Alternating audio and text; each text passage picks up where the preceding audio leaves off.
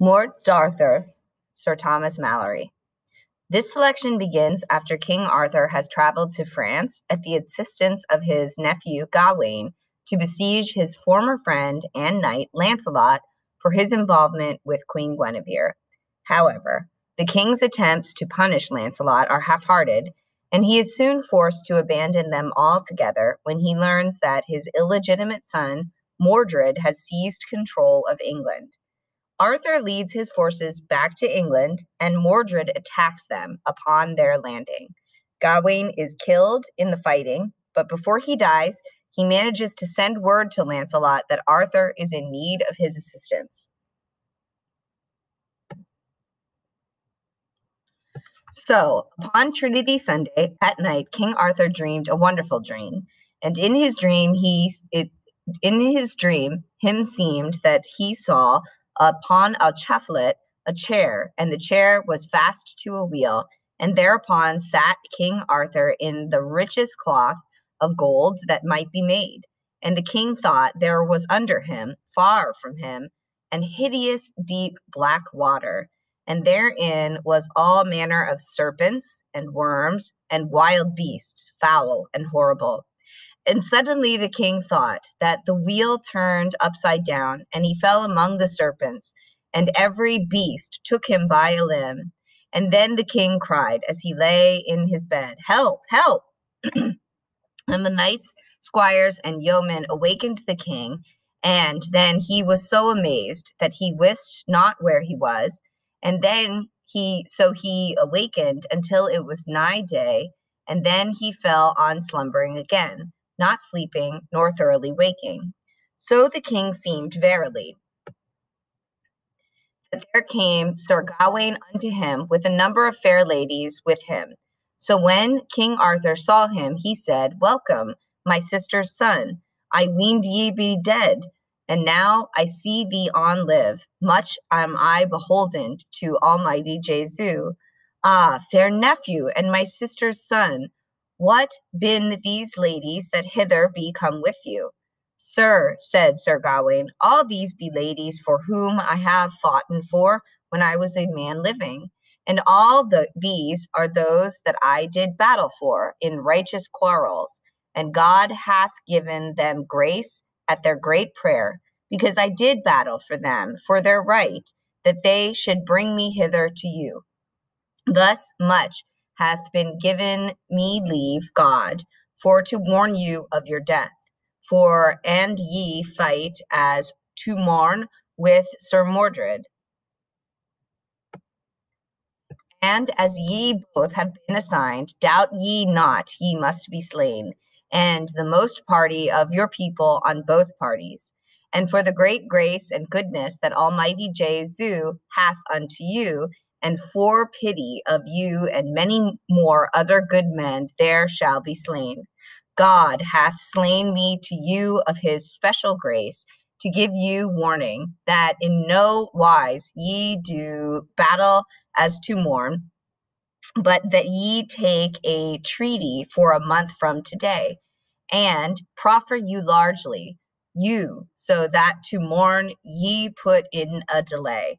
For within a month shall come Sir Lancelot, with all his noble knights, and rescue you worshipfully, and slay Sir Mordred, and all that ever will hold with him." Then Sir Gawain and all the ladies vanished, and anon the king called upon his knights, squires, and yeomen, and charged them whitely to fetch his noble lords and wise bishops unto him. And when they were come, the king told them of his vision that Sir Gawain had told him, and warned him that he fought on the morn and should be slain.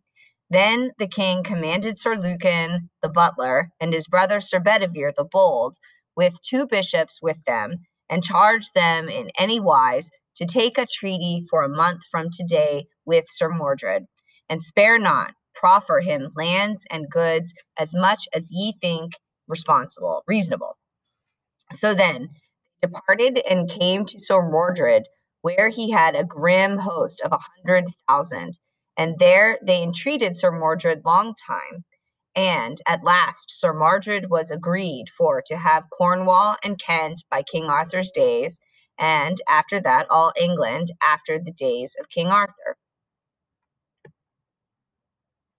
Then they were condescended that King Arthur and Sir Mordred should meet betwixt both their hosts, and each of them should bring 14 persons.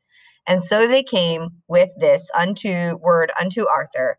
Then said he, I am glad that this is done. And so he went into the field. And when King Arthur should depart, he warned all his host that, and they see any sword drawn, look ye come on fiercely and slay the traitor Sir Mordred, for I in no wise trust him. In likewise Sir Mordred warned his hosts, and ye see any manner of sword drawn, look that ye come on fiercely, and so slay all that ever before you standeth, for in no wise I will not trust this for this treaty. And in the same wise said Sir Mordred unto his host, for I know well my father will be avenged upon me. And so they met at their appointment was and were agreed, and accorded thoroughly. And wine was fetched, and they drank together. Right so came an adder out of the little heath bush, and stung the knight in the foot. And so when the knight felt him so stung, he looked down and saw the adder, and anon he drew his sword to slay the adder, and thought none other harm. And when the host on both parties saw the sword drawn, they blessed beams, they blew beams, trumpets, horns, and shouted grimly. And so both hosts dressed them together, and King Arthur took his horse and said, Alas, this unhappy day, and so rode to his party, and Sir Mordred in likewise.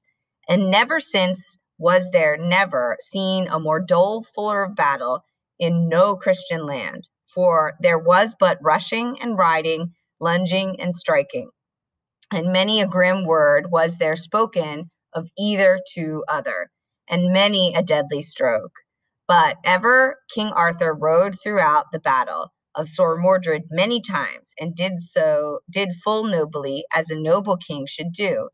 And at all times he fainted never. And Sir Mordred did his devour that day, and put himself in great peril. And thus they fought all the long day, and never stinted, till the noble knights were laid to the cold earth. And ever they fought still, till it was near night, and by then was there 100,000 laid dead upon the down. Then was King Arthur wood wroth out of measure, when he saw his people so slain from him.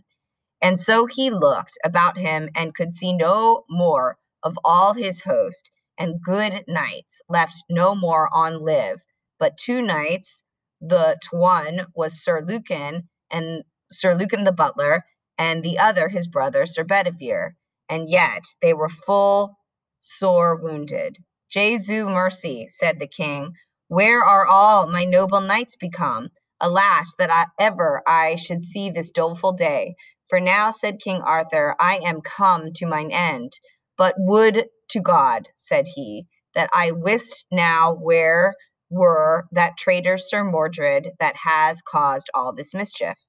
Then King Arthur looked about, and was where stood Sir Mordred leaning upon his sword among a great heap of dead men. Now give me my spear, said King Arthur unto Sir Lucan, for yonder I have espied the traitor that all this woe hath wrought. Sir, let him be, said Sir Lucan, for he is unhappy. And if ye pass this unhappy day, ye shall be right well revenged upon him. And good Lord, remember ye of your night's dream, and what the spirit of Sir Gawain told you tonight. And yet God of his great goodness hath preserved you hitherto. And for God's sake, my lord, leave off but this, for blessed be God, ye have won the field. For yet we been here 3 on live, and with Sir Mordred is not 1 on live. And therefore, if ye leave off now, this wicked day of destiny is past. Now, tide me death, tide me life, said the king. Now I see him yonder alone, and he shall never escape mine hands, for at a better avail shall I never have him. God speed you well, said Sir Bedivere. Then the king got a spear in both hands and ran towards Sir Mordred, crying and saying, Traitor, now is thy death day come. And when Sir Mordred saw King Arthur, he ran unto him with his sword drawn in his hand. And there King Arthur smote Sir Mordred under the shield with the thrust of his spear throughout the body more than a fathom.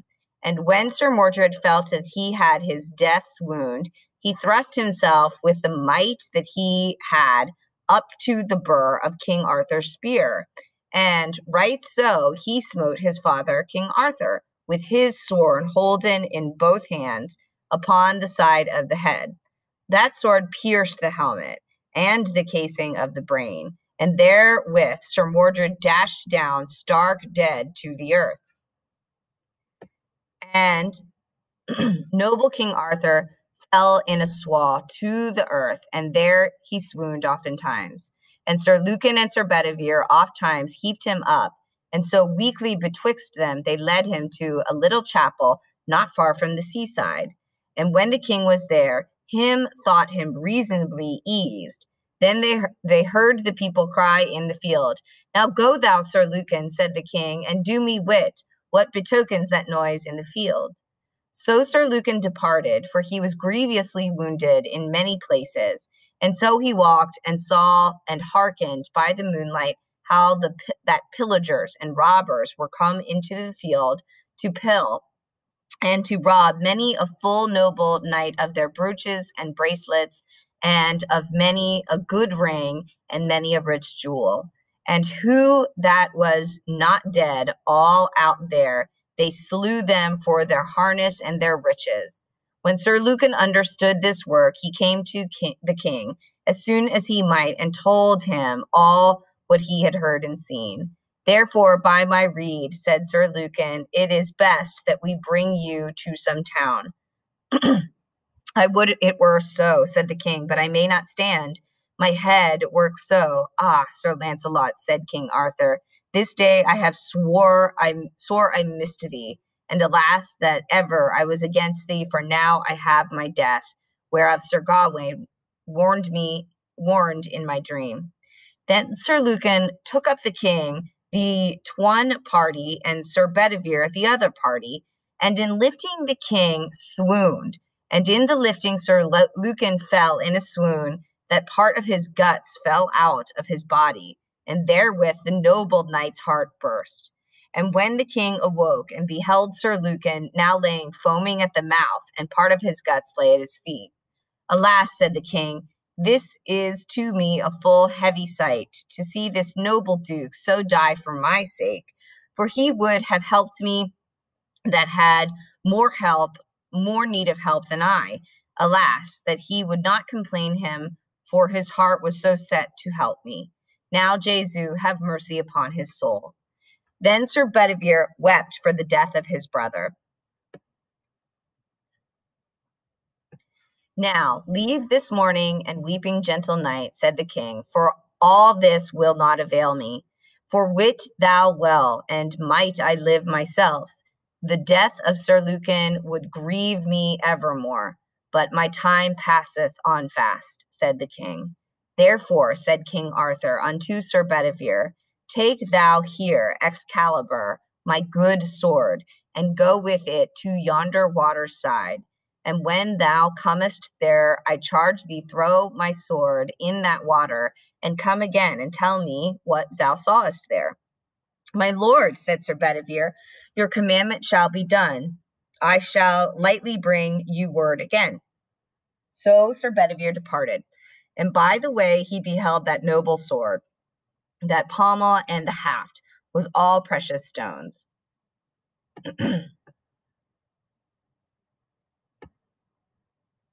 And he said to himself, if I throw this rich sword in the water, thereof shall never come good, but harm and loss. And then Sir Bedivere hid Excalibur under a tree. And so, as soon as he might, he came again to the king and said he had been at the water and had thrown the sword into the water. What saw thou there? Said the king. Sir, he said, I saw nothing but water and winds. That is untruly said of thee, said the king, and therefore go thou lightly again and do my commandment. As thou art to me loved and dear, spare not, but throw it in. Then Sir Bedivere returned again and took the sword in his hand, and yet him thought sin and shame to throw away that noble sword. And so aft he hid the sword and returned again and told the king that he had been at the water and done his commandment. What sawest thou there? Said the king. Sir, he said, I saw nothing but waters wap and the waves wan. Ah, traitor unto me and untrue, said King Arthur. Now thou hast betrayed me twice. Who would have weened that has been to me so loved and dear, and thou art named a noble knight, and would betray me for the riches of this sword? But now go again lightly, for thy long tarrying putteth me in great jeopardy of my life, for I have taken cold. And but if thou do now as I bid thee, if ever I may see thee, I shall slay thee mine own hands, for thou wouldest for my rich sword see me dead. Then Sir Bedivere departed and went to the sword and lightly took it up, and so went to the water's side, and there he bound the girdle about the hilts and threw the sword as far into the water as he might. And there came an arm and a hand above the water, and it took it and clutched it, and shook it thrice and brandished, and then vanished away, the hand with the sword into the water. So Sir Bedivere came again to the king and told him what he saw. Alas, said the king, help me hence, for I dread me have tarried over long. Then Sir Bedivere took the king upon his back, and so went with him to the water's side. And when they were at the water's side, even fast by the bank floated a large barge with many fair ladies in it. And among them all was a queen, and all they had black hoods, and they all wept and shrieked when they saw King Arthur. Now put me in that barge, said the king, and so he did softly. And there received him 3 ladies with great mourning, and so they set him down, and in one of their laps King Arthur laid his head. And then the queen said, Ah, my dear brother, why have ye tarried long from me? Alas, this wound on your head hath caught overmuch cold. And anon they rode fromward the land, and Sir Bedivere beheld all those ladies go forward him. Then Sir Bedivere cried and said, Ah, my lord Arthur, what shall become of me? Now ye go from me, and leave me here alone among mine enemies. Comfort thyself, said the king, and do as well as thou mayest, for in me is no trust for to trust in. For I must into the vale of Avalon to heal me of my grievous wounds. And if thou hear never more of me, pray for my soul. But ever the queen and ladies wept and shrieked that it was a pity to hear. And so Sir Bedivere had lost sight of the barge, and he wept and wailed, and so took the forest and went all the night. And in the morning he was ware betwixt 2 bare woods, a chapel and a hermitage. Then there was Sir Bedivere glad, and thither he went. And when he came unto the chapel, he saw where lay an hermit groveling on all fours. Close thereby a tomb was now dug. When the hermit saw Sir Bedivere, he knew him well, for he was built little to fore Bishop of Canterbury, so that Mordred put to flight. Sirs, said Bedivere, what man is there here interred that you pray so fast for? Fair son, said the hermit, I wot not verily, but by guessing, but this same night at midnight here came a number of ladies, and brought here a dead corpse, and prayed me to inter him. And here they offered 100 tapers, and gave me 1,000 gold coins. Alas, said Sir Bedivere, that was my lord, King Arthur, which lieth here buried in this chapel.